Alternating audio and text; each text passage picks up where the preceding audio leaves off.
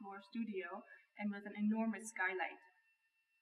And Southworth's enhanced reputation rested on the ability to forge reasonably flattering likeness from even tough material, with the aid of adjusting lighting, customized cameras, and post-production touch-ups.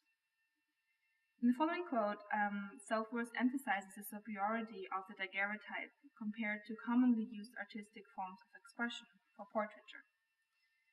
And he says, in the nice production of light and shade, which is the perfection of modeling, the daguerreotype will be found to surpass the artistic's best efforts.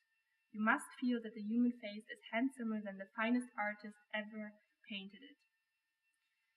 And if we look at our self-portrait of Southworth, we can see that he tries to capture the soul and feeling in the natural face. At first sight, one might be bewildered and appalled by the exposure to the naked torso, his strong neck and masculine facial features, but taking a more attentive look, beautiful effects of light and shade create unique luminosity, femininity, and delicacy of skin, contrasting his strong body. Depth and roundness are introduced with light from the sky-like angle, producing a playful softness and mellowness. The contraposture posture and minimalist composition enhances the focus on him. His dropped shoulders, the look away from the camera, create the impression of being absorbed in reverie, unaware of an audience. His turned head allows the light to play with his face in 1,000 different degrees and angles. It highlights parts of his forehead, cheeks, nose, lips, and chin, while others are kept in shaded darkness. Those contrasts of light and darkness, strength and delicacy, leave the viewer in fascination with the self-portrait, to that extent that might one actually say that Southworth's self-proclamation of being a true artist might actually be true. Let us continue with the psychology and also the physiology of Southworth's self-portrait. First of all, there is a connection between emotion and facial expression. However, there is no empirical evidence for any one-to-one link between any particular emotional state and a specific expression. This makes it possible to analyze this picture on the grounds of the research by Charles Darwin and Paul Ekman. The book most relevant here, namely Charles Darwin's The Expression of Emotions in Man and Animals, was published only about 20 years after Southworth's daguerreotype was taken.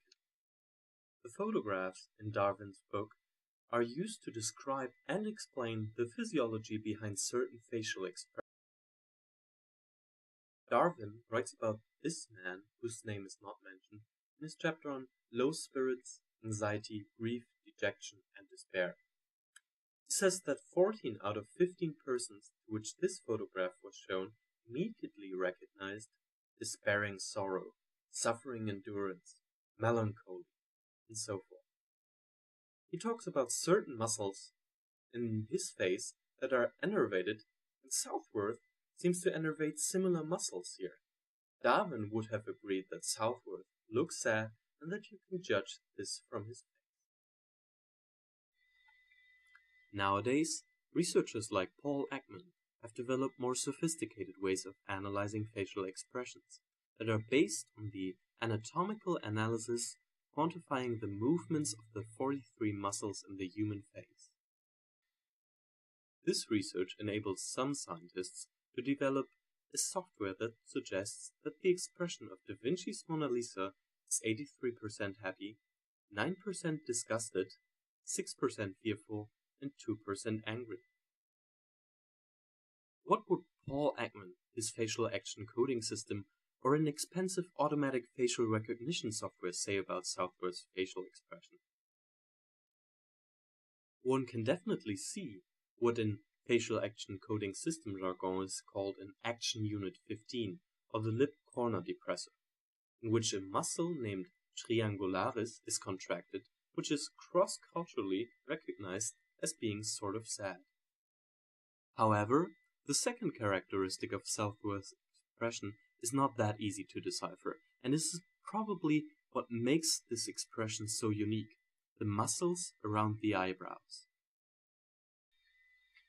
It might be a mixture between Action Unit 1, the inner brow raiser, in which a muscle named frontalis and the pars medialis are contracted, and Action Unit 4, the brow lowerer, in which the depressor glabellii, the depressor supercilii, and the corrugator are innervated and the eyebrows are sort of knitted together. Normally, however, as Darwin just like Paul Ekman described it, in most cases when those expressions are made, one can see those idiosyncratic wrinkles that come along with the eyebrow movement almost automatically. In Southworth's case, we can observe quite a peculiar inner eyebrow raising, and the two eyebrows look like they are contracted towards each other, too. But we see no wrinkles whatsoever. There are two possible explanations for this. First, his facial expression and the contraction of all of his grief muscles, as Darwin called them, is not very pronounced. The sad effect it has on us is only so evident because it is amplified through Southworth's idiosyncratic physiognomy and the ambience of the picture. Secondly, it might be also due to the long exposure time back then, which could run up to 4 minutes. The initial wrinkles may have vanished because of the blurring during this exposure time. Overall, from a Darwinian point of view, Albert Southworth's facial expression can safely be considered sad.